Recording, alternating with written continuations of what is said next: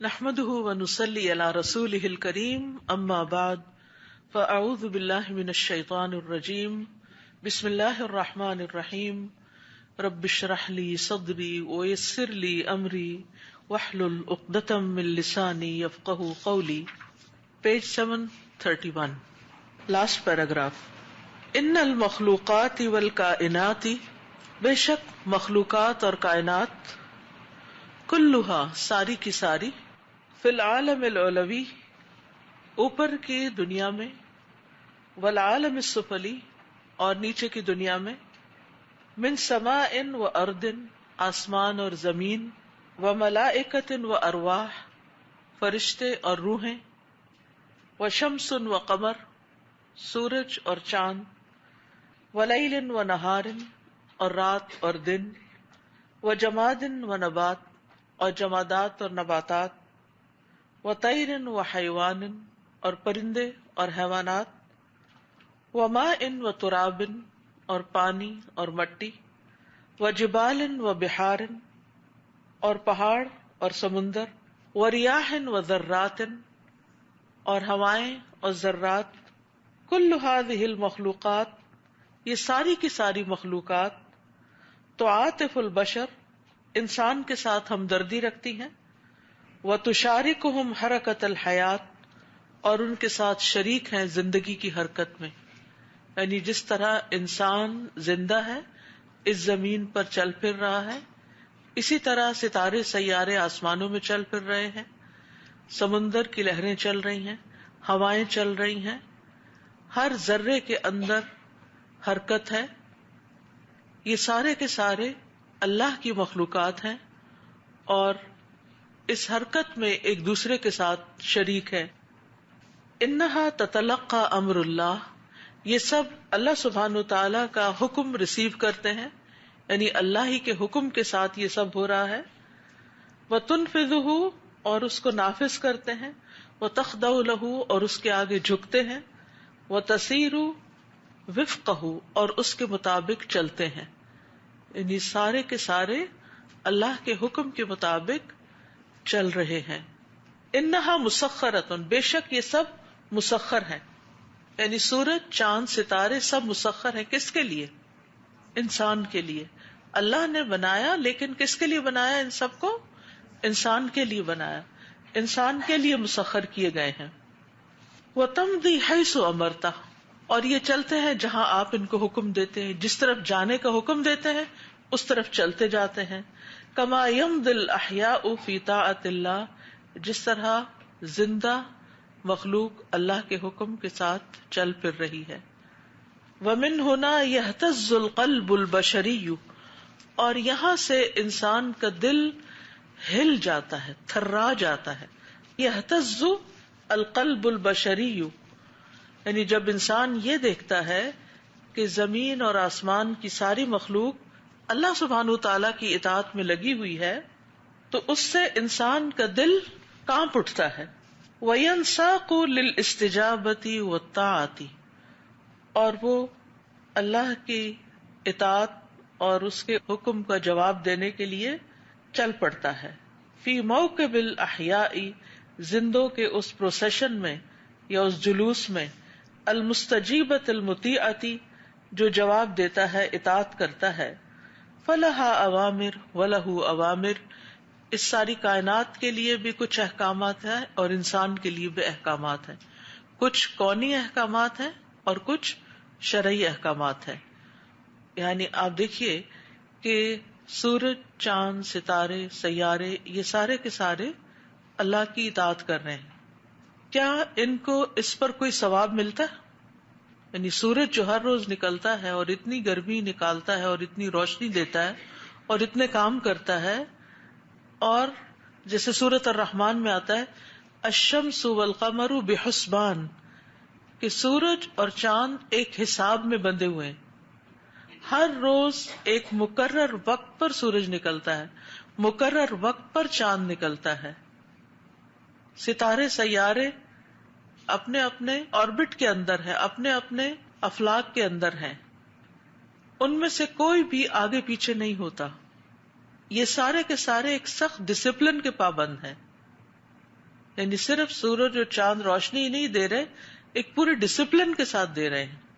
تو انسان اگر ان میں غور کرے، اگر اس پر توجہ کرے اور اپنے آپ کے ساتھ کمپیئر کرے، تو اس کو پتا چلے گا کہ میں تو بہت پیچھے ہوں.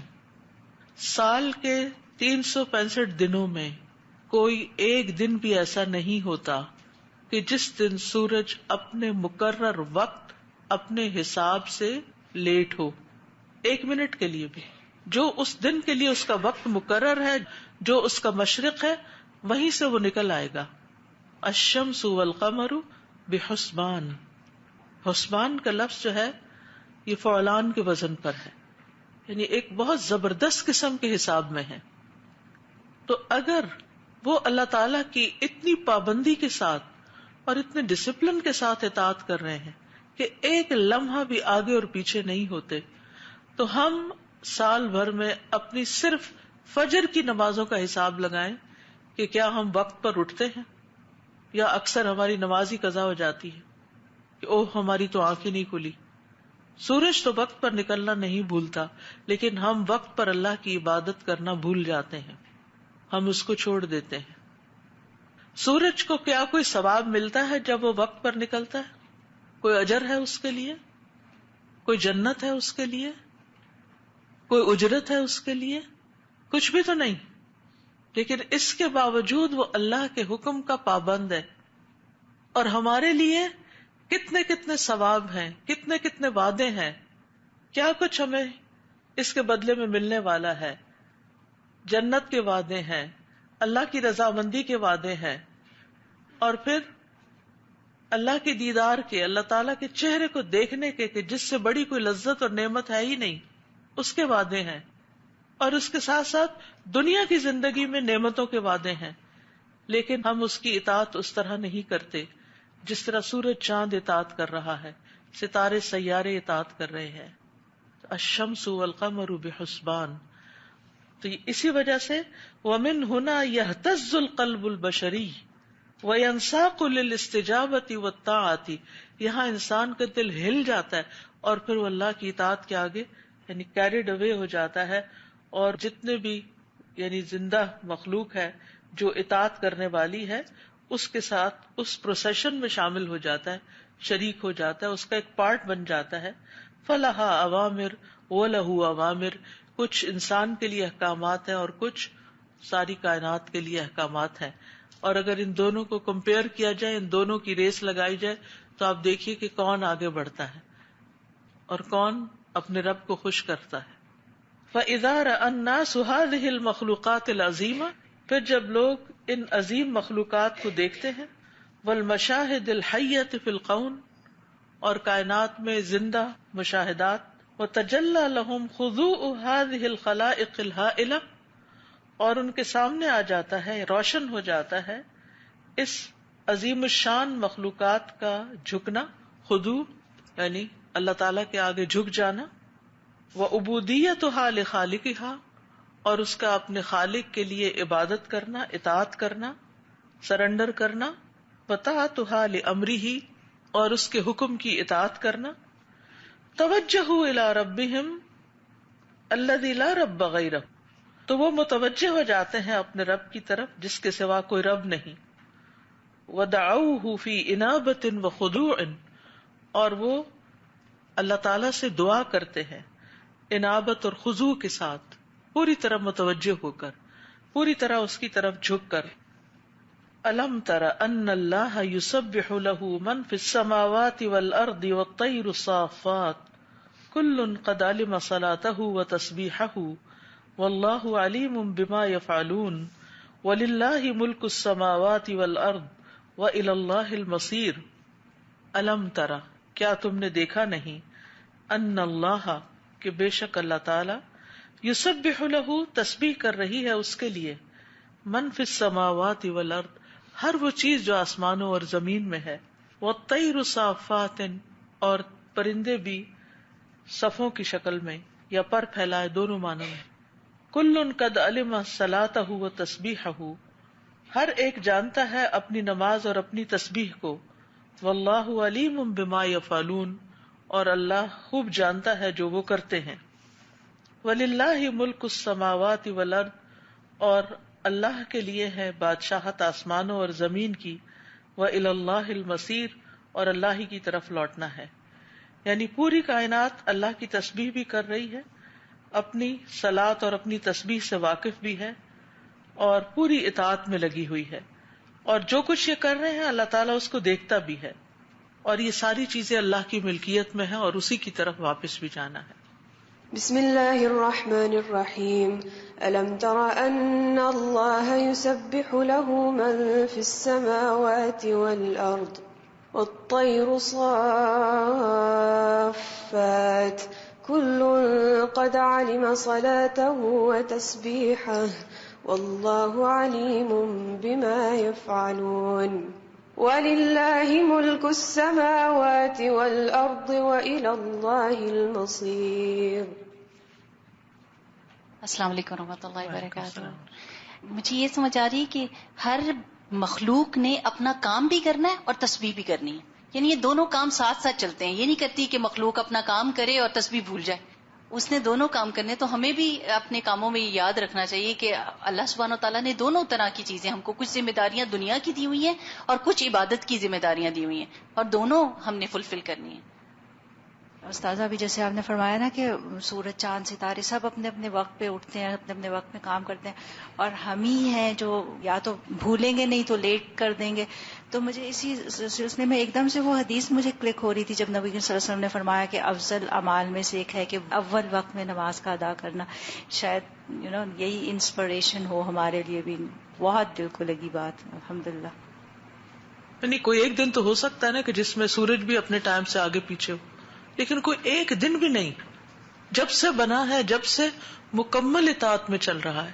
استاذہ میں یہ سوچ رہی تھی کہ جتنے بھی آبجیکٹ ہیں کائنات میں وہ صرف اور صرف اپنا کام کر رہے ہیں. سورج جو ہے وہ چاند میں انٹرفیئرنس نہیں کر رہا اور کوئی ایک دوسرے میں انٹرفیئرنس نہیں کر رہے، لیکن ایک انسان ہے کہ وہ اپنے آپ کو بھولا ہوا ہے اور سارے دوسروں کے معاملات میں دلچسپی ہے ان کی.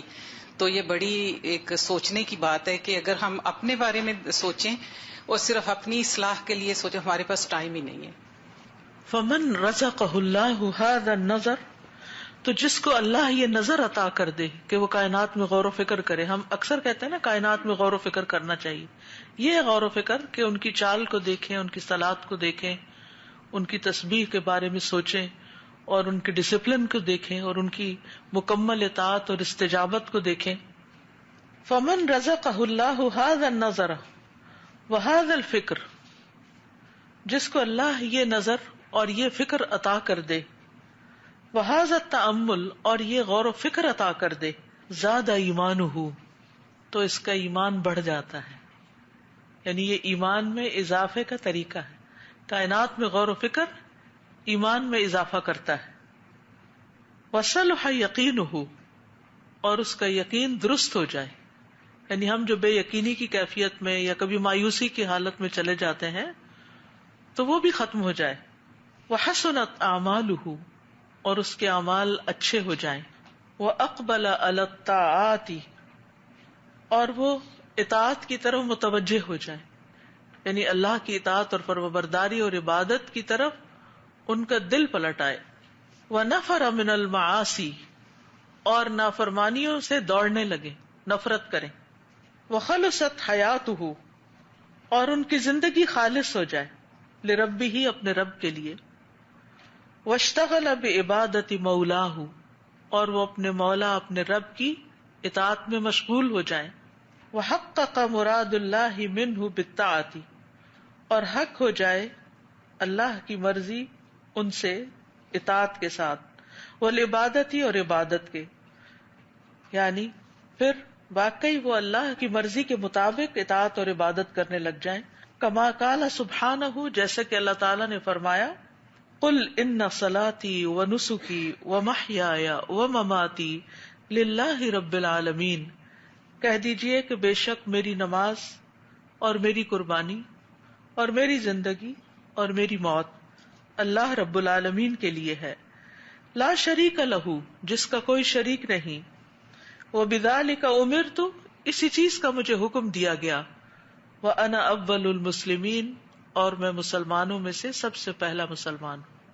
یعنی سب سے پہلے میں اطاعت کرنے والا ہوں، صرف انسانوں میں سے نہیں بلکہ پوری کائنات میں. یعنی کائنات کی کوئی بھی چیز جو اللہ کی اطاعت کی طرف بڑھتی ہے، میں اس سے بڑھ کر سب سے پہلے اللہ کے آگے جھکنے والا ہوں، اس کی اطاعت کرنے والا ہوں.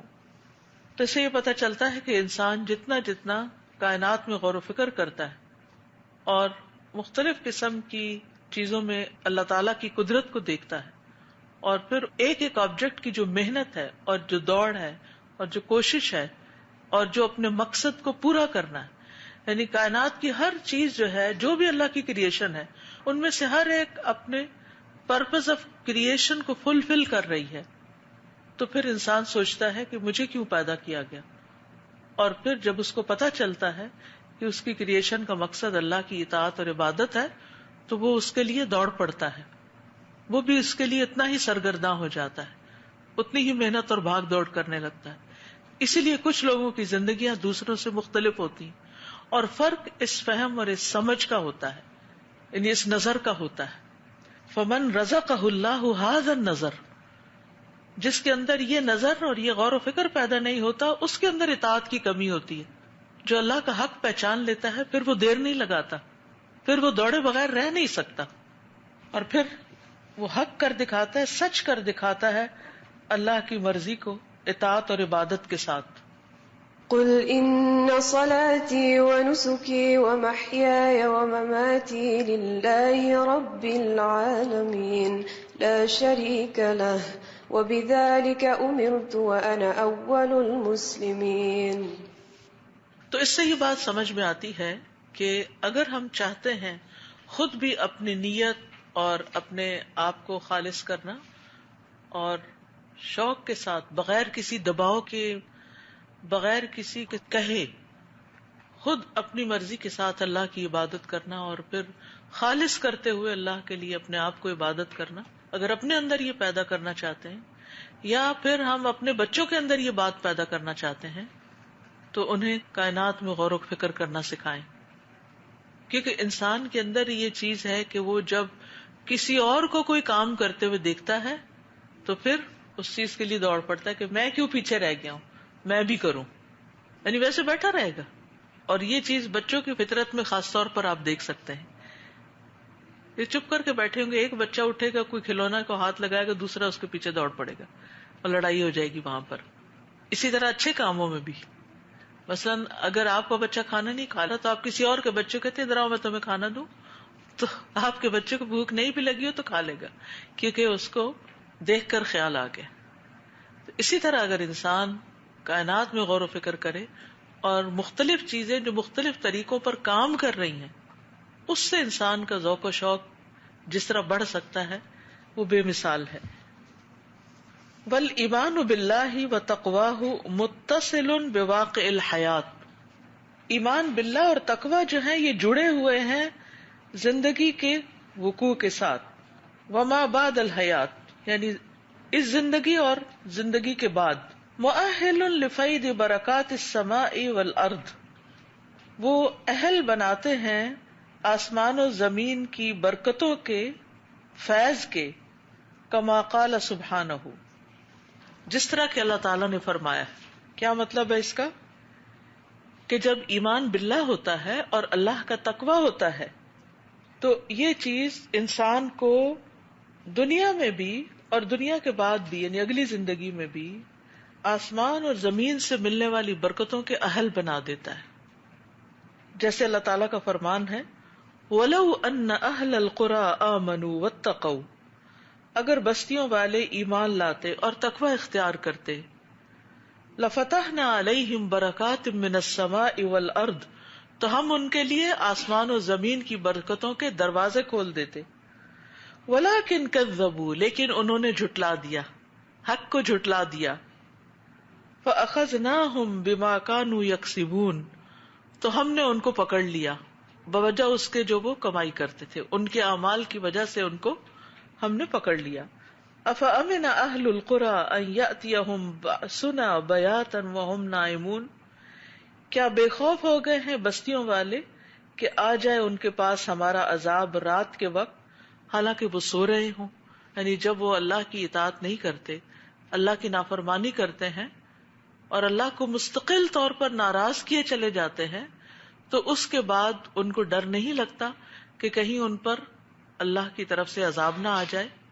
تو اس سے یہ پتہ چلتا ہے کہ برکتیں اور رحمتیں آتی ہیں تقوی کے ساتھ، ایمان کے ساتھ، اور زمین و آسمان بھی انسان کے موافق ہو جاتے ہیں. اور اگر وہ اللہ کی نافرمانی کرتا ہے انسان، تو انہی جگہوں سے انسان کے لیے مصائب بھی برس سکتے ہیں، جیسے پچھلی قوموں کے ساتھ ہوا، قوم نوح اور عاد اور سمود اور دیگر قوموں کے ساتھ. تو یہاں ایمان اور تقوی جو ہے ان کا فائدہ بتایا جا رہا ہے. وَلَوْ أَنَّ أَهْلَ الْقُرَىٰ آمَنُوا وَاتَّقَوْا لَفَتَحْنَا عَلَيْهِم بَرَكَاتٍ مِّنَ السَّمَاءِ وَالْأَرْضِ وَلَٰكِن كَذَّبُوا فَأَخَذْنَاهُم بِمَا كَانُوا يَكْسِبُونَ. أَفَأَمِنَ أَهْلُ الْقُرَىٰ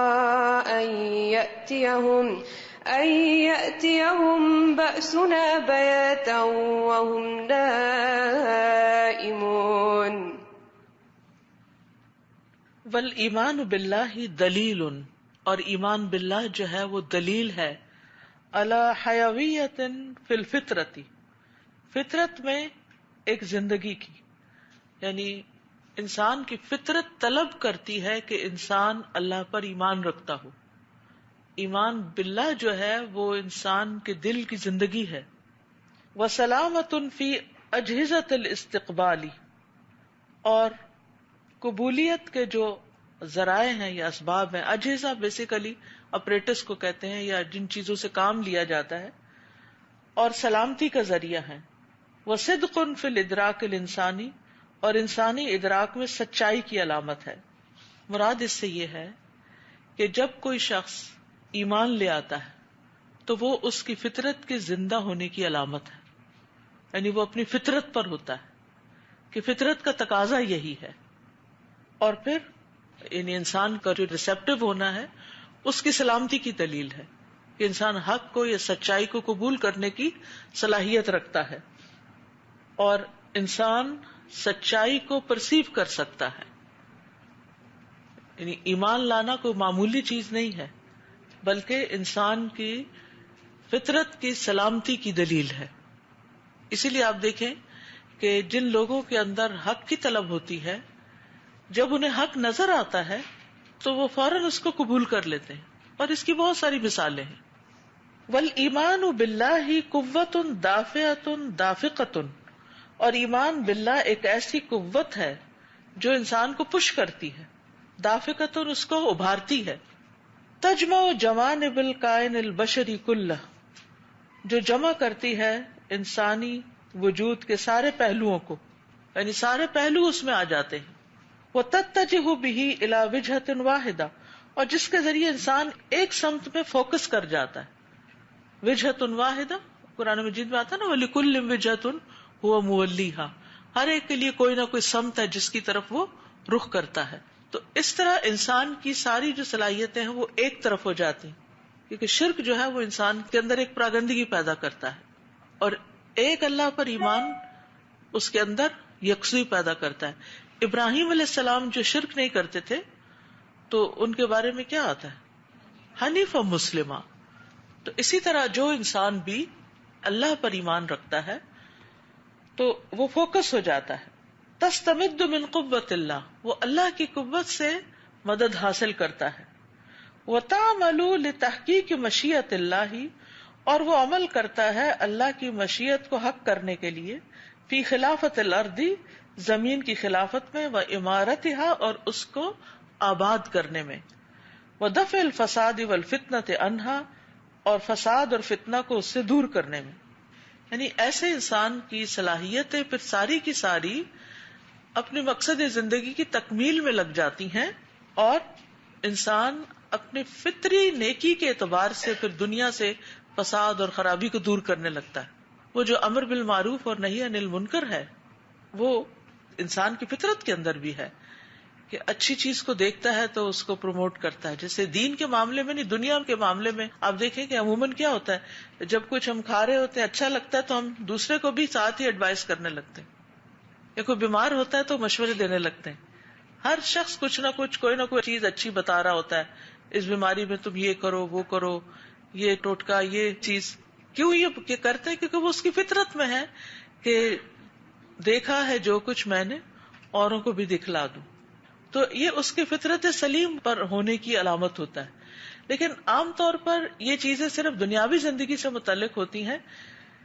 جب انسان اللہ پر ایمان لے آتا ہے تو پھر اس کے اندر یہ قوتیں اور زیادہ بڑھ جاتی ہیں, کیونکہ والایمان باللہ قوت دافعۃ دافقۃ, یعنی اس کی یہ چیزیں پھر باہر آنے لگتی, پھر اس کو کسی کو پش نہیں کرنا پڑتا کہ تم یہ کام کرو, وہ رہ ہی نہیں سکتا وہ کیے بغیر.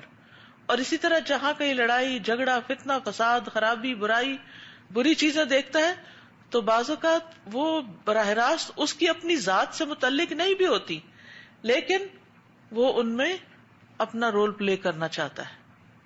اس کو فساد اچھا ہی نہیں لگتا, اس کو لڑائی جھگڑا اچھا ہی نہیں لگتا, کسی کو لڑتے جھگڑتے دیکھ کے چھوڑ نہیں سکتا, وہ آپس میں ان کی صلح کرانا چاہے گا, ان کو ایک دوسرے سے لڑنے سے روکنا چاہے گا. تو یہ امر بالمعروف اور نہی عن المنکر کے بھی پیچھے اصل محرک ایمان ہوتا ہے. اور یہ صرف یعنی انہوں نے تو جامع الفاظ میں کہہ دیا نا, لتحقیق مشیت اللہ فی خلافت الارض یا داؤد انا جعلناک خلیفۃ فی الارض. اور اسی طرح آدم علیہ السلام کو بھی اللہ تعالیٰ نے خلیفہ بنایا. تو یہ خلافت عرضی کا جو کام ہے سارا, یہ کیا ہے دراصل کہ اللہ نے انسان کو جس مقصد کے لیے پیدا کیا ہے اس مقصد کو پورا کرے, اور جب انسان کے اندر ایمان آتا ہے تب وہ اس مقصد کو پورا کرنے کے قابل ہوتا ہے. سمجھ آئی؟ تھوڑا سا فلسفیانہ ہے. سادہ مجھے یہ سمجھ میں آتا ہے کہ آج ایمان کی کمزوری ہے کہ کوئی کسی کو کچھ کہتے ہوئے غلط کرتے ہوئے کوئی روکتا بھی نہیں ہے. گھروں میں, فیملیز میں, معاشرے میں, انسٹیٹیوٹس میں ہمارے سامنے بہت کچھ ہوتا ہے, لیکن یہ ایمان کے لیول کا پرابلم ہے. بالکل ویری سیڈ استاد. اب دیکھیے کہ کچھ عرصہ پہلے تک بھی خاندانوں کے اندر یہ چیز ہوتی تھی کہ اگر کسی بچے کی شادی نہیں ہوئی تو سارے فکر مند ہوتے تھے, ہر کوئی نہ کوئی پروپوزل لے کے آ رہا ہے, کوئی مشورہ دے رہا ہے, کسی کا بزنس نہیں, جاب نہیں, تو سارے اس کے لیے کوشش کر رہے ہیں. اور اب شاید ایمانی کی کمزوری ہے, وہ ایسی بے حسی ہوتی ہے کہ ہر شخص آپد آپی کا شکار ہے کہ میرا الو سیدھا ہو جائے, باقی تو جو کرتا ہے کچھ کرے. یعنی ایمان جب آتا ہے نا تو دوسروں کی خیر خواہی آ جاتی ہے, دوسروں کے لیے جینا آ جاتا ہے. انسان پھر صرف اپنے لیے نہیں کچھ کرتا, وہی نا کہ فطرت زندہ ہو جاتی ہے اس کی. وہ فطری ہمدردی جو ہے اس کی بنا پر وہ رہ ہی نہیں سکتا کہ وہ کسی کی مدد کے لیے آگے نہ بڑھے اور وہ نکما بیٹھا رہے اور وہ کچھ کرے ہی نہ. وہ فی خلافت الارض میں آگے بڑھتا ہے, زمین کو آباد کرنے میں, ہر چیز کی اصلاح چاہتا ہے. پھر وہ اگر ایک چادر کا کونا بھی ٹیڑھا ہے نا تو گزرتے ہوئے اگنور نہیں کرے گا, وہ اس کو ٹھیک کرنے کی کوشش کرے گا. چھوٹی چھوٹی چیزیں, اگر کہیں ایک پیپر بھی ٹیڑھا لٹک رہا ہے تو وہ اس کو سیدھا کر کے آگے جائے گا. کہیں بن راستے سے ہٹا ہوا ہے تو اس کو اپنی ٹکانے کر دے گا.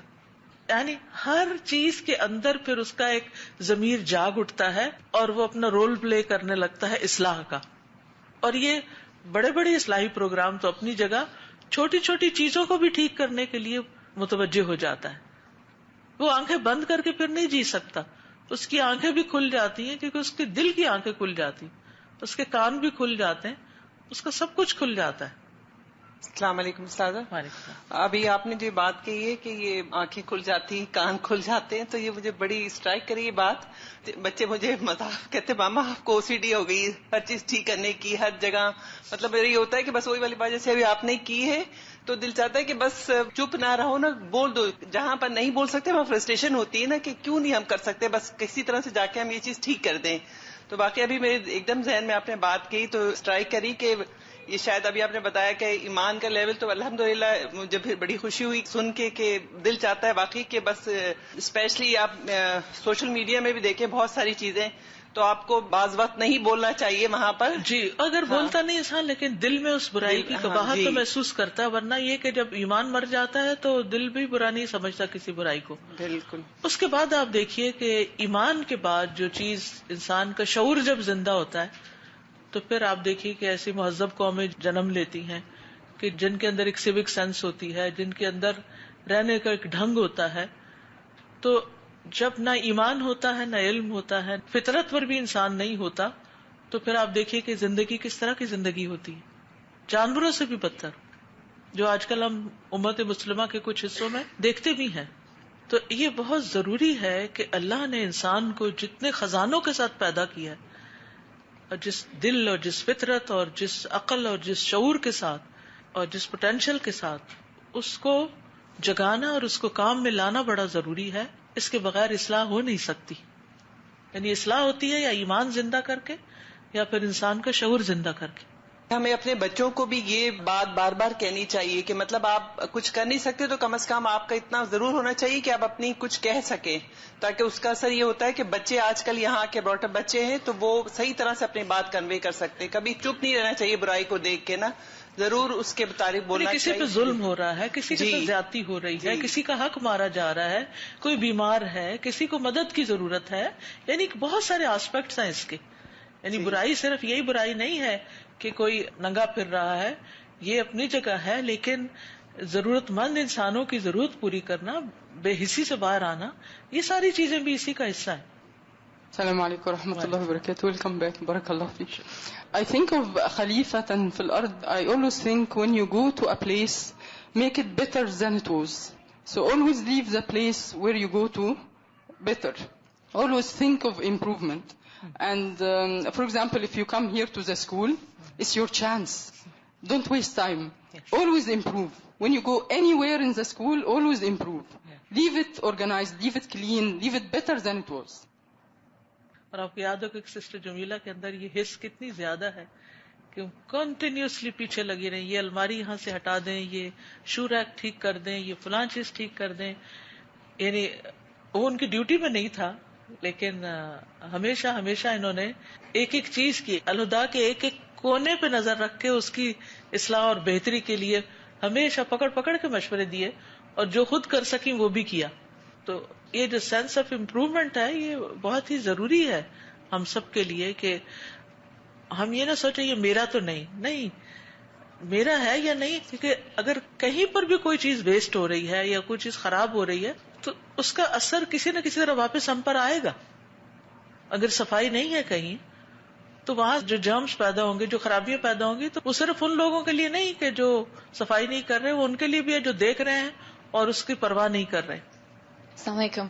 Oftentimes we see when people engage in learning about Islam, they become more strict, and their character, they're just harsher with people, right?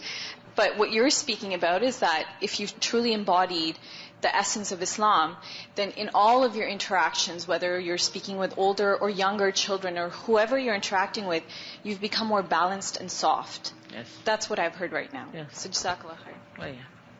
والایمان باللہ تحرر من العبودیۃ للہوى. ایمان باللہ جو ہے وہ آزاد کر دیتا ہے انسان کو نفس کی غلامی سے، خواہشات کی غلامی سے. یہ ایک اور آسپیکٹ اور ایک اور فائدہ ہے ایمان کا. ومن العبودیۃ للعبید، اور بندوں کی غلامی سے. ومن تحرر من ذلک، جو اس سے آزاد ہو گیا، فهو اقدر علی الخلافۃ فی الارض خلافۃ راشدۃ، تو وہ زیادہ قادر ہو جاتا ہے خلافت کے اس زمین میں خلافت راشدہ کی طرح. من العبید للہوى، اس بندے سے جو غلام ہو خواہش کا، ولبعضهم بعضا، اور ان میں سے بعض کا. خلافت راشدہ میں حضرت ابوبکر کا کردار دیکھیں، حضرت عمر کا کردار دیکھیں. حضرت عمر رضی اللہ تعالی عنہ کے بارے میں خاص طور پر جو بہت چیزیں ہائی لائٹ ہوتی ہیں ان کی طبیعت کے معاملے میں، کہ کس طرح عدل تھا ان کے اندر. ان کا عدل سب سے زیادہ مشہور ہے، اور عدل بھی، انصاف بھی، اپنے ساتھ بھی کرنا اور دوسروں کے ساتھ بھی. حتیٰ کہ اپنے بیٹے کو سزا دے ڈالی، یعنی ایک خلیفہ ہوتے ہوئے. جبکہ آج اگر کسی کے پاس اتھارٹی ہو اور اس کا بچہ جرم کر لے تو سب سے پہلے اپنے بچے کو ہی بچائے گا، چاہے دوسرے پہ جھوٹا الزام ہی کیوں نہ لگ جائے. تو یہ کیریکٹر اور یہ کردار کہاں سے پیدا ہوا؟ ایمان کی وجہ سے. جتنا زیادہ ایمان ہوتا ہے، جتنا زیادہ اللہ کا تقوی ہوتا ہے، جتنا زیادہ اللہ کا ڈر ہوتا ہے، اتنی زیادہ یہ صفات انسان کے اندر آنے لگتی ہیں. وَتَقْوَى اللَّهِ يَقِظَةٌ وَاعِيَةٌ، اور اللہ کا تقوی جو ہے یہ ایک الرٹ چیز ہے. یقظہ ہوتا ہے جاگنے والی چیز، اور واعیہ سمیٹنے والی. تعیہا اذن واعیہ، سمیٹنے والے کان، یاد رکھنے والے کان یاد رکھیں اس کو.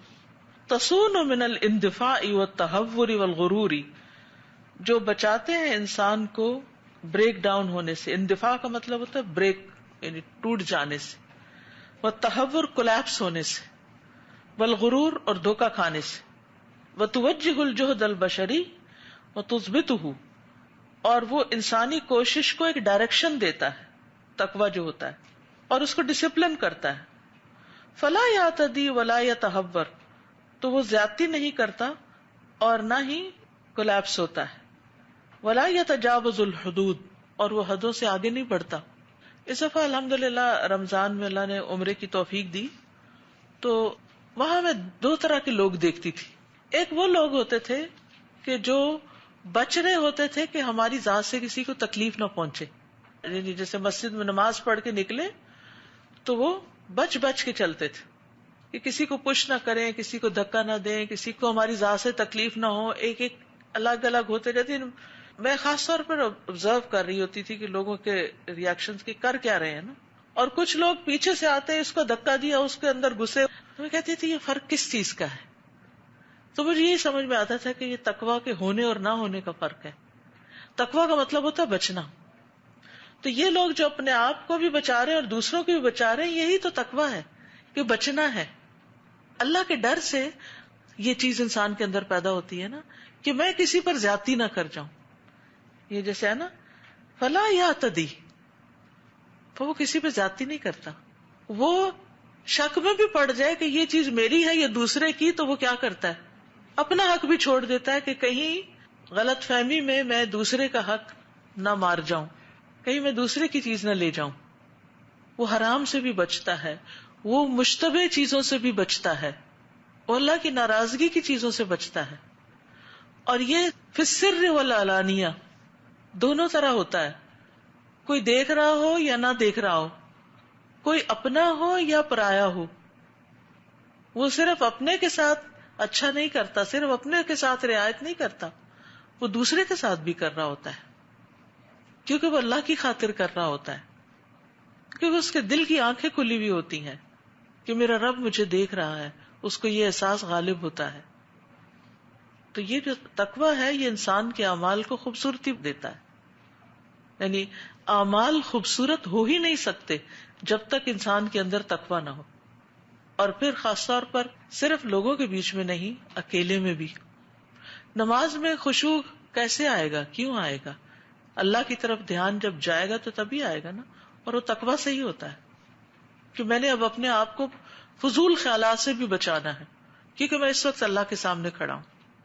یعنی اس کا معاملہ پھر بندوں کے ساتھ نہیں رہتا، اس کا معاملہ اللہ کے ساتھ ہو جاتا ہے. ایسا شخص حد سے تجاوز نہیں کرتا، آگے نہیں بڑھتا. وہ ایکسٹریمسٹ ہو ہی نہیں سکتا، وہ کسی کے ساتھ زیادتی کر ہی نہیں سکتا، کیونکہ اس کے اندر ایک فورس ہے جو اس کو کھینچ رہی ہے، بچا رہی ہے کہ نہیں نہیں ایسا نہیں کرنا. واللہ عز وجل، اور اللہ عز وجل یرید من البشری، انسان سے یہ چاہتا ہے، ان تسیر حیاتہم ہاکذا، کہ ان کی زندگی اس طرح چلے، ایمان و تقوی، ایمان اور تقوی کے ساتھ، متحررۃ من الہوی والطغیان البشری، جو آزاد ہو خواہشات سے اور انسانی سرکشی سے، خاشعۃ للہ، اللہ کے لیے خشوع کرنے والی، تسیر سیرۃ صالحۃ منتجۃ، جو چلتی ہے ایک صالح سیرت کے ساتھ جو نتیجہ خیز ہوتی ہے. یعنی اس کی زندگی یعنی پروڈکٹیو ہوتی ہے، آپ یوں سمجھیں، یعنی کوئی ایک پروڈکٹیو لائف گزارتا ہے. تستحق مدد اللہ، وہ اللہ کی مدد کا مستحق ہوتا ہے، بعد رضاہ، اس کی رضا کے بعد. فلا جرم تحفها البرکہ، تو کوئی شک نہیں کہ برکت اس کو گھیر لیتی ہے. وَيَعُمُّهَا الْخَيْرُ، اور اس کی زندگی میں خیر عام ہو جاتی ہے. وَتَنْعَمُ بِالْأَمْنِ، اور ایسا شخص امن کی نعمت پاتا ہے. آپ نے کسی کے خلاف کچھ بولا ہی نہیں، آپ کسی کے خلاف کوئی بدگمانی نہیں رکھتے دل میں، آپ کسی کے خلاف کوئی چالیں ہی نہیں چلتے، آپ سب کے خیر خواہ ہیں، تو آپ کے دل میں کوئی چور ہی نہیں ہوتا، آپ کے دل میں امن کی نعمت ہوتی، آپ کو کسی کا ڈر ہی نہیں ہوتا، کیونکہ آپ نے کسی کے لیے برا کیا نہیں ہے تو آپ کو ڈر کاہے کا؟ آپ نے کسی کا کچھ چرایا نہیں تو آپ کو ڈر کاہے کا؟ آپ کسی کے چوری نہیں تو آپ کے اندر امن ہی امن ہے. آپ کسی کے ساتھ زیادتی کر ہی نہیں رہے، آپ ہر ایک کے ساتھ خیر خواہی برت رہے ہیں. تو نتیجہ کیا ہوتا ہے؟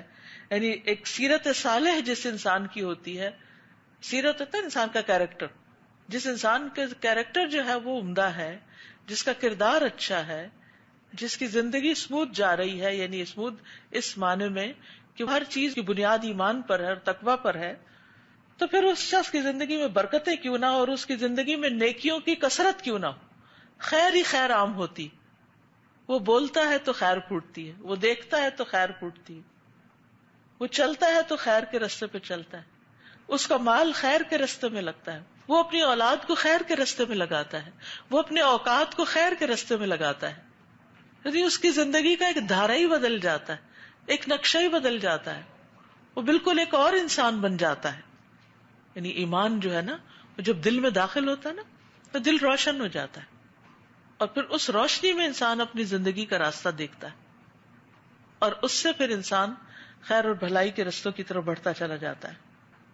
والبرکات التي يعد الله بها الذين يؤمنون ويتقون الوان شتى، اور وہ برکتیں جن کا اللہ وعدہ کرتا ہے ان لوگوں سے جو ایمان لائے. الوان شتى، اس کے مختلف رنگ ہوتے ہیں، وہ برکتیں مختلف رنگوں میں نظر آتی، ان کی ویرائٹی ہوتی، ان کے ڈفرنٹ کلرز ہوتے ہیں. فہی برکات بکل انواعها والوانها واشکالها، یہ برکتیں اپنے ساری اقسام کے ساتھ، اپنے سارے رنگوں اور اپنی ساری شکلوں کے ساتھ آتی ہیں. یعنی زندگی میں برکت، مال میں برکت، وقت میں برکت، نیکیوں میں برکت. مما یخطر ببال الخلق، جو مخلوق کے دل پر گزرتی یا خیال میں گزرتی. وما لا یخطر ببالہم، اور جو ان کے خیال سے نہیں گزرتی. یعنی کچھ برکتیں تو ایسی ہوتی ہیں کہ انسان جن کے بارے میں سوچ سکتا ہے، اور کچھ برکتیں ایسی ہوتی ہیں جن کا انسان سوچتا بھی نہیں اور وہ حاصل ہو جاتی. اب دیکھیے، ابھی رمضان گزرا ہے، آپ نے دن رات دعائیں کی ہوں گی، زیادہ سے زیادہ کتنی کر لی؟ کیا ہم نے اپنی زندگی کی ہر ضرورت جو نون اور ان نون ہے ان سب کے لیے مانگ لیا؟ نو.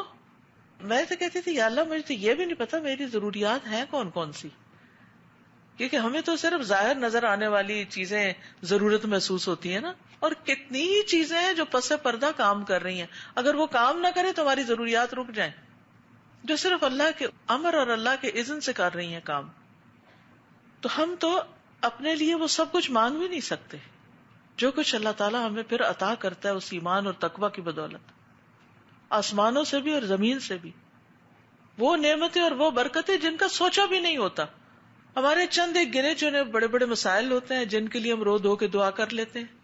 چند ایک کچھ ضرورتیں ہوتی ہیں، گھر چاہیے، کھانا چاہیے، کپڑا چاہیے، بچوں کی شادی چاہیے، صحت چاہیے، بس چند ایک مخصوص قسم کے ہمارے پروگرامز ہوتے ہیں جن کے اوپر ہم فوکس کیے ہوئے ہوتے ہیں.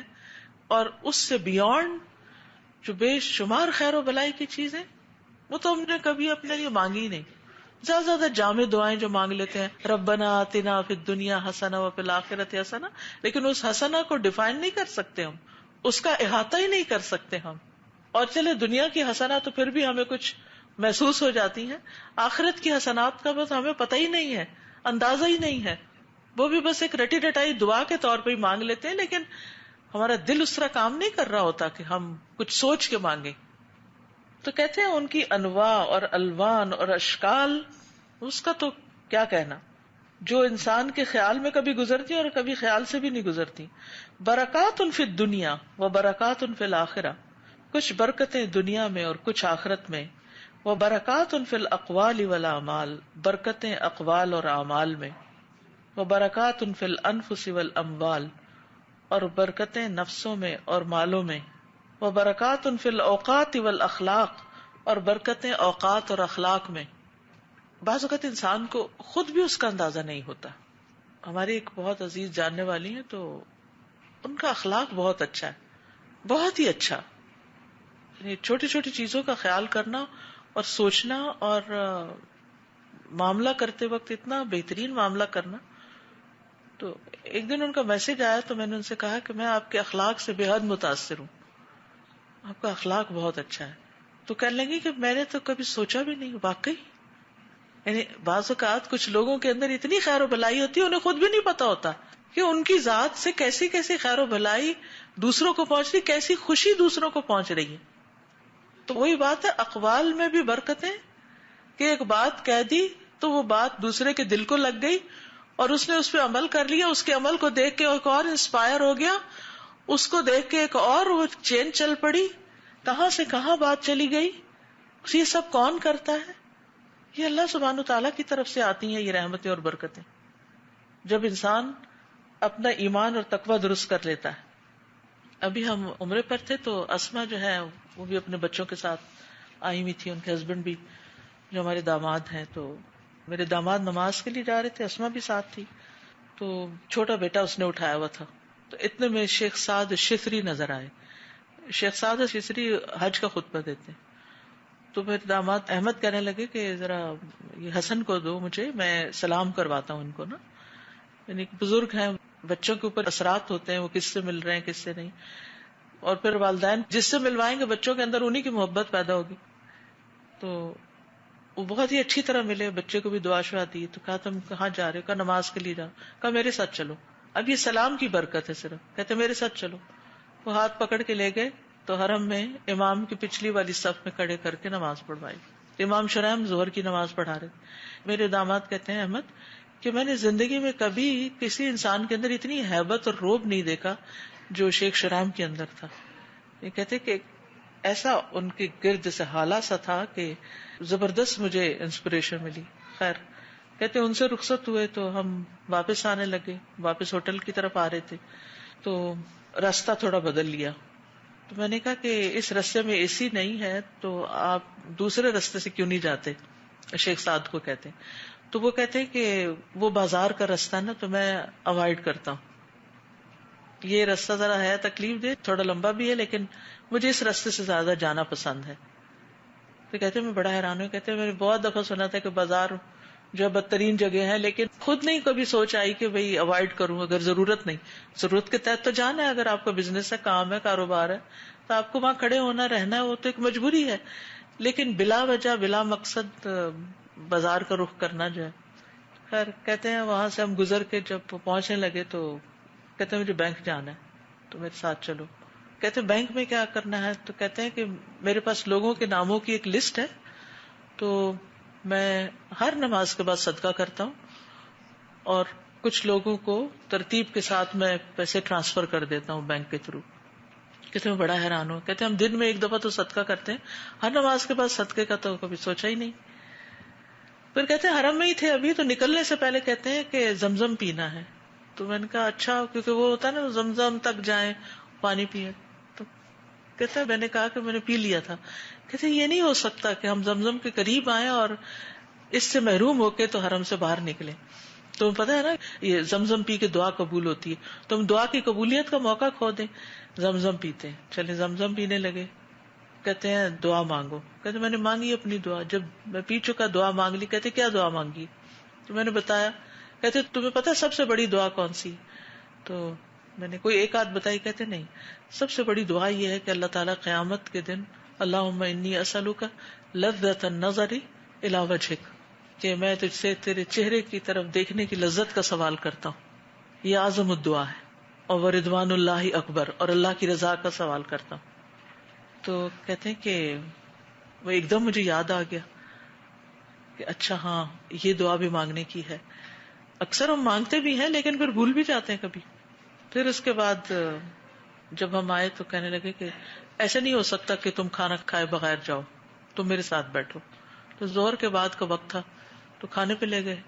تو کہتے ہیں کہ جو ریسٹورینٹ تھا اس کے ایک ایک بیرے سے اس طرح بات کر رہے تھے, جو سرو کر رہے تھے اور جو کھانا دے رہے تھے, تمہارا کیا حال ہے اور تمہارا کیا ہے, اور اس سے اتنی محبت سے مل رہے ہیں, اس سے اتنی محبت سے مل رہے ہیں. وہ کہتے ہیں وہ سارے بھی اس طرح ان کے ساتھ پیش آ رہے تھے کہ جیسے بہت ہی عزیز ہو. ان کو پتہ نہیں معلوم تھا یا نہیں کون سے شیخ ہیں کون سے, بے شمار شیخ جاتے ہیں وہاں, یعنی دنیا بھر سے نیک لوگ جو ہیں ان سب کی محبت اور شوق یہی ہوتا ہے کہ حرم جائیں. تو ان لوگوں کا تو سارا دن کام ہی ہوتا ہے ایسے لوگوں کو سرو کرنا.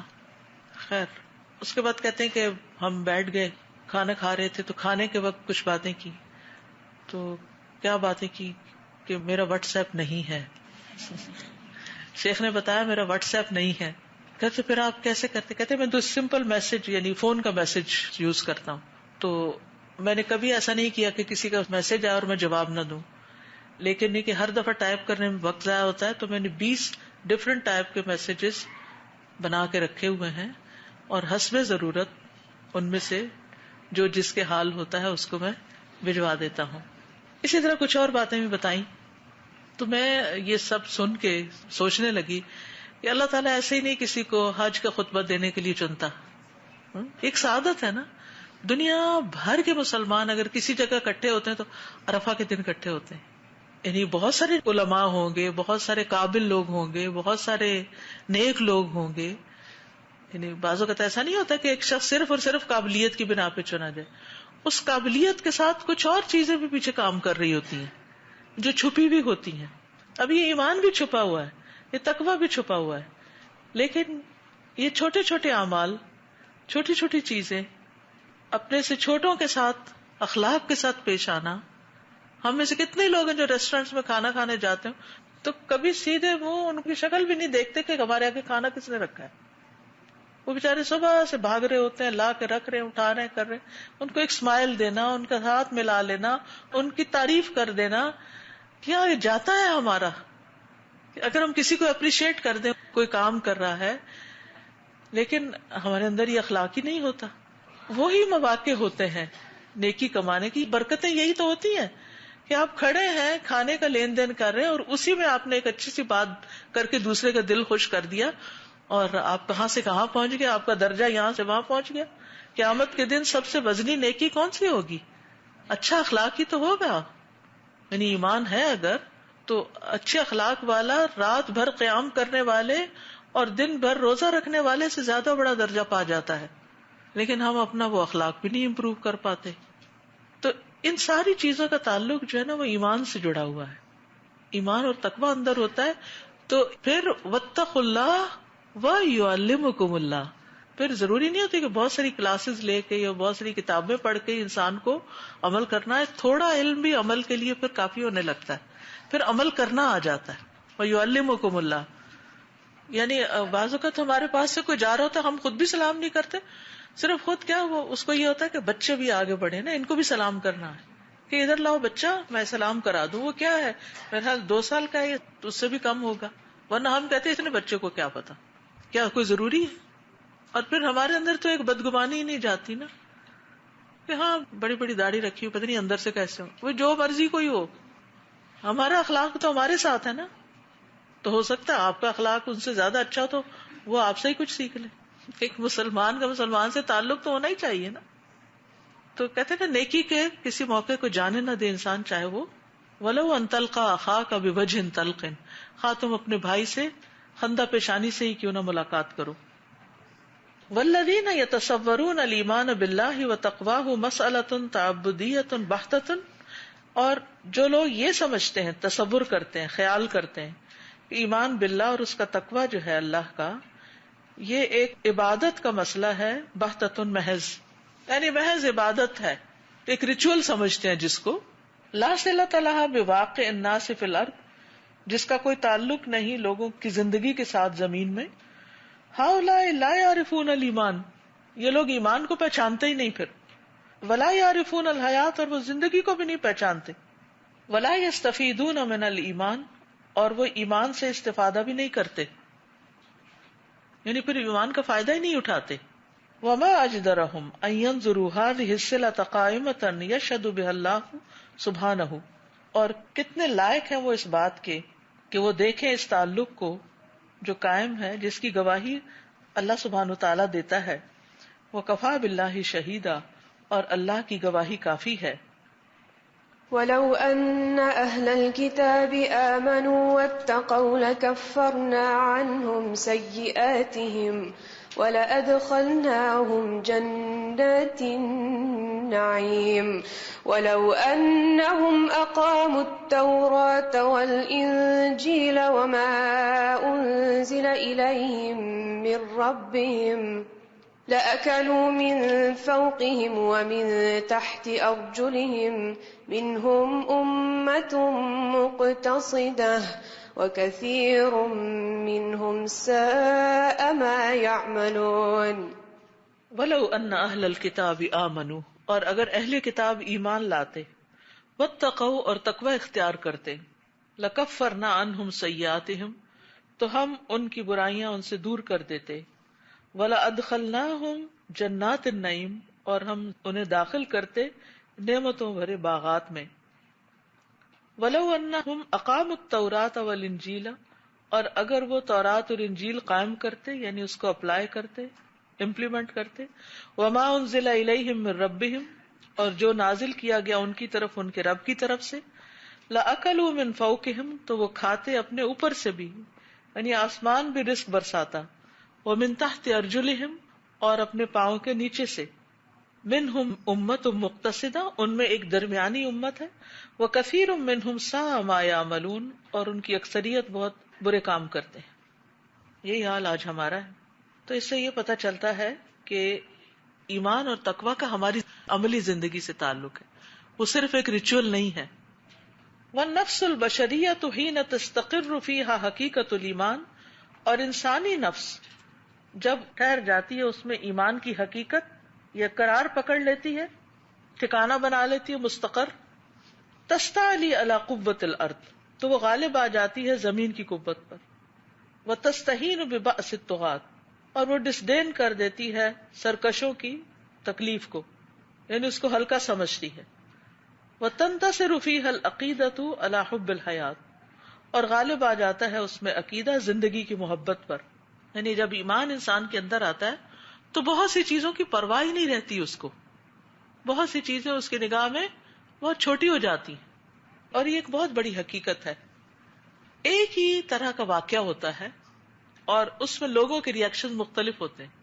مثلا کوئی فوت ہو جاتا ہے تو کچھ لوگ ہیں وہ آپے سے باہر ہو جاتے ہیں، اللہ تعالیٰ سے ناراض ہو جاتے ہیں، بندوں سے ناراض ہو جاتے ہیں، ڈاکٹرز پہ شک کرنے لگتے ہیں، ان کے پیچھے پڑ جاتے ہیں، اس نے کیئر نہیں کی، اس کا قصور ہے، اس کا قصور ہے، خود اپنے آپ کو بازو کا سنبھال نہیں پاتے. کچھ لوگ ایسے مواقع پر بہت ہوش مندی اور صبر سے کام لیتے ہیں، اس کو اللہ کی رضا اور فیصلہ سمجھ کر قبول کر لیتے ہیں. خوشی کا موقع ہوتا ہے، اس میں ان کے ریئیکشنز فرق ہوتے ہیں. تو یہ ظاہری جو ہمارے ایکشنز یا ریئیکشنز ہوتے ہیں، یہ فرق ہوتے ہیں اس ایمان کی بنیاد پر جو کم یا زیادہ ہوتا ہے.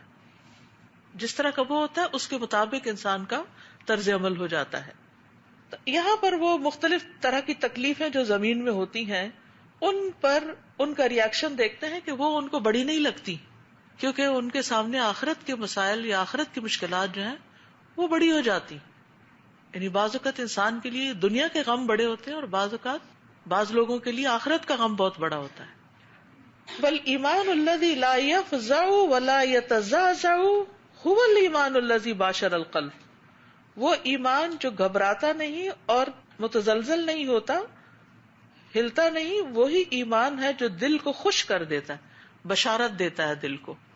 الذی یطمئن الی النہایہ فیرضاها، وہ جو مطمئن ہو جاتا ہے آخری حد تک تو وہ اس پہ راضی ہو جاتا ہے. وَيَسْتَيْقِنُ، اور یقین رکھتا ہے، مِنَ الرَّجْعَةِ إِلَىٰ رَبِّهِ، لوٹنے سے اپنے رب کی طرف. فَيَطْمَئِنُّ إِلَىٰ جَوَارِهِ، تو وہ مطمئن ہوتا ہے اس کے پڑوس میں. كَمَا قَالَ السَّحَرَةُ لِفِرْعَوْنَ، جیسے فرعون سے جادوگروں نے کہا.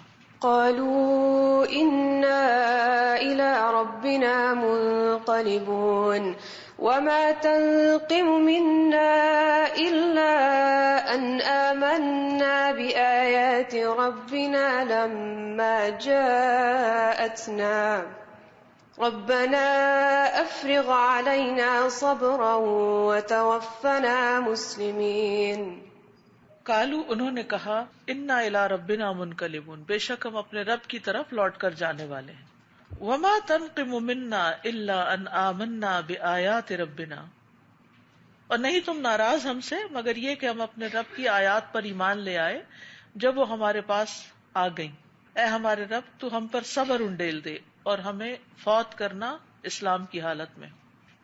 یعنی انسان کو اگر کوئی موت کی بھی دھمکی دیتا ہے اس کے ایمان کی وجہ سے تو وہ دھمکی بھی اس کو ہلکی معلوم ہوتی ہے. وہ کہتے ہیں اس سے زیادہ کیا ہو جائے گا، میں اپنے رب کی طرف چلا جاؤں گا. جیسے ساحروں نے فرعون سے کہا تھا کہ انا الی ربنا منقلبون، ہم اپنے رب کی طرف لوٹ جائیں گے. اس نے دھمکی دی تھی نا کہ میں تمہیں سولی پہ چڑھا دوں گا. اس نے کہا تو چڑھا دو، کیا ہو جائے گا. تو یہ چیز جو ہے انسان کو بے خوف کر دیتی ہے اور دل جو ہے وہ خوشی سے بھر جاتا ہے. اور کہہ لے گا کہ تمہیں غصہ کس بات پہ، ناراضگی کس بات کی، بس اس بات پہ کہ ہم اپنے رب کی آیات کو مان گئے. اچھا یہ تو خیر بہت اعلیٰ درجے کی بات ہے نا. سحرہ کا ایمان تو بہت بڑا تھا، حالانکہ وہ کس جگہ رہتے تھے. بس یہ اللہ ہی کا فضل ہوتا ہے کسی پر کہ اس کو اتنا ایمان نصیب کر دے. یہاں جو آیت کا حصہ ہے نا، وما تنقم منا الا ان آمنا بآیات ربنا لما جاءتنا، اس کو اگر ہم جنرلائز کریں، اپنے پر لیں، جب ہم قرآن پڑھتے ہیں تو ہمارے پاس کیا ہوتا ہے؟ ہم ایمان لے آتے ہیں کس پر؟ اپنے رب کی آیات پر. پھر ان میں سے کچھ آیات پر عمل کرنا شروع کر دیتے ہیں. پھر ہمارے اپنے ہی ناراض ہونے لگتے ہیں، قریبی لوگ. پھر ہم ان کی ناراضگی کے ڈر سے چھوڑ دیتے ہیں جو اللہ کا حکم ہوتا ہے. ایسا ہوتا ہے نا، خاندان والے کیا کہیں گے، فلاں کیا کہے گا، فلاں کیا کہے گا. تو نتیجہ کیا ہوتا ہے؟ آہستہ آہستہ آہستہ ہم پیچھے ہٹ جاتے ہیں اور ہمارا ایمان کمزور ہو جاتا ہے اور ہونا نہ ہونا برابر ہو جاتا ہے. تو انہوں نے بہت اپروپریٹ دعا مانگی، ربنا افرغ علینا صبرا وتوفنا مسلمین، کہ ہم پر صبر انڈیل دے. کیونکہ دین پر چلتے ہوئے مخالفت میں سب سے زیادہ جس چیز کی ضرورت ہوتی ہے وہ صبر ہوتا ہے. اطاعت پر انسان جم ہی نہیں سکتا جب تک صبر نہ ہو. صبر 3 طرح کا ہوتا ہے نا، ایک اطاعت پر ہوتا ہے اور ایک گناہوں کو چھوڑنے پر ہوتا ہے جیسے نشہ چھوڑنا ہوتا ہے، اور تیسرا غم دکھ پریشانی مصیبت کے وقت ہوتا ہے. ٹھیک ہے نا. تو ربنا افرغ علینا صبرا وتوفنا مسلمین. پھر ان کی سب سے بڑی خواہش کیا تھی کہ وہ مسلمان ہوتے ہوئے فوت ہو، اسلام پر ان کی وفات ہو. السلام علیکم استاد. وعلیکم السلام. پرسوں کی بات ہے کہ میرے بھتیجے کی بیٹی 15 سال کی تھی، اس کی ڈیتھ ہو گئی کینسر سے. تو وہ تھا لوگوں کو کہ اس کی طبیعت خراب ہوتی جا رہی تھی، لیکن باپ ماننے کے لیے تیار نہیں تھا. جب بھی اسے بات کرو تو بڑا ہی کہ میراکل کیوں نہیں ہوتا، یہ نہیں ہوتا، وہ نہیں ہوتا. ہم لوگ تو بات کرتے ہوئے بھی اسے ڈر رہے تھے. سب نے کہا کہ اس کو ابھی چھوڑ دیں کہ اس کی حالت اس کی ایسی ہے کہ کہیں گے تو کچھ اور ہو جائے گا، مطلب ایسے ہر کلمات کہے گا. تو لیکن جب اس کا انتقال ہوا بچی کا پرسوں، تو پھر میری بیٹی نے کہا کہ امی بات کر لیں بھائی سے. میں نے کہا میں نہیں کروں گی اس سے. لیکن جب میں نے کی تو کافی کام ڈاؤن تھا اس کے مقابلے جو پہلے کہہ رہا تھا. اللہ نے اس کو دل میں کیسے ڈالا، لیکن پھر بھی رو تو رہا تھا، یہ سب کر رہا تھا. لیکن جو شکایتیں پہلے کر رہا تھا، جو تڑپ رہا تھا اور کہہ رہا تھا میراکل کیوں نہیں ہو رہا، یہ نہیں ہو رہا، یہ نہیں ہو رہا نبیوں کے ساتھ. پھر میں نے کہا نبی کریم صلی اللہ علیہ وسلم کے ساتھ کہاں ہوا. انہوں نے اپنی ایک ہی بیٹی جو تھی فاطمہ رہ گئی، باقی سارے کو اپنے ہاتھوں سے انہوں نے تدفین کی. بس اللہ کا بل دینا کہ وہ ریاکشن لوگوں کا الگ الگ ہر موقع پر ہوتا ہے. بالکل. السلام علیکم ورحمۃ اللہ وبرکاتہ. آج کے سبق سے یہ سیکھا کہ پہلے میں سمجھتی تھی کہ چنے ہوئے لوگ ہوتے ہیں جو فلاحی کام کرتے ہیں، لیکن اب یہ ہے کہ فوکس کریں اور کائنات پہ غور و فکر کریں تو انسان کے دل میں پھر اپنا مقصد زندگی سمجھ میں آتا ہے. جب آتا ہے تو پھر وہ لوگوں کے کام میں لگتا ہے. پھر ہر لمحہ وہ پازیٹیو سوچتے ہوئے کوئی نہ کوئی خیر کی بات سوچ رہے ہوتے ہیں کہ اچھا اور کیا کریں اور کیا کریں. وہ اپنی نیکیوں سے مطمئن ہو کے بیٹھ نہیں جاتے کہ جو کر لی وہی کافی. بس یہی چنے ہوئے لوگوں میں اگر شامل ہونا ہے تو لوگوں کے لیے اچھی سوچ رکھیں اور ان کے لیے اچھے کام کریں تو پھر اللہ چن لے گا. السلام علیکم استاذ. میرے بیٹے 3rd گریڈ میں ہیں تو وہ روزے رکھنے کی ہمت ہی نہیں ان کو ہو رہی تھی. یعنی وہ رکھتے تھے اور دوپہر کو توڑ دیتے تھے, بس یہ میرا روزہ ہو گیا. لیکن ایک دفعہ ہم تراویح میں گئے ہیں تو ایک ماں جو ہے اپنی بچی کی تعریف کر رہی تھی جو گریڈ 1 میں تھی. کہتی ہے آج میری بیٹی نے پورا روزہ رکھا ہے. اب یقین جانیے وہ بات سننے کی تھی.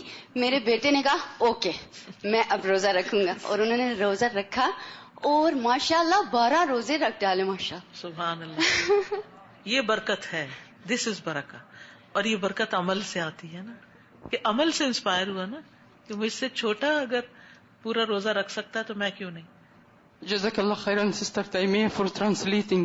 Without you, we couldn't understand anything. Jazakallah khairan. For the sister, she talked about the son who is 15 years old. We do dua for him. Allahumma arzuqhu al-firdaus al-a'la. Ameen. So very quickly, I wanted to share that you mentioned that because of Iman and Taqwa, Allah subhanahu wa ta'ala gives a servant what the servant cannot even imagine and think about. This past Ramadan, I had made certain rules for myself that I have to, for example, do such and such during the day and night, no matter what happens. And one of them was a certain amount of recitation of the Quran. And I had 2 essays due in Ramadan. And very long, I had to quote a lot of research papers, and that's something that I find very hard and very difficult personally, and it just takes me a lot of time. There have been times when I have spent 3 days, for example, or 5 days just writing one paper. And subhanallah, this Ramadan I managed to do 2 papers, one of them in just 4 hours, and I could not believe it. This was the blessing of Ramadan. Really, I could not believe it that I actually managed to write an entire essay in just 4 hours. I couldn't imagine, from scratch, literally. And that's when I realized, it reminded me of that, when a person busies himself in the worship of Allah, then Allah subhanahu wa ta'ala takes care of their affairs.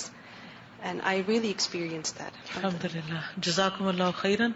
سبحانك اللهم وبحمدك أشهد أن لا إله إلا أنت أستغفرك وأتوب إليك. السلام عليكم ورحمة الله وبركاته.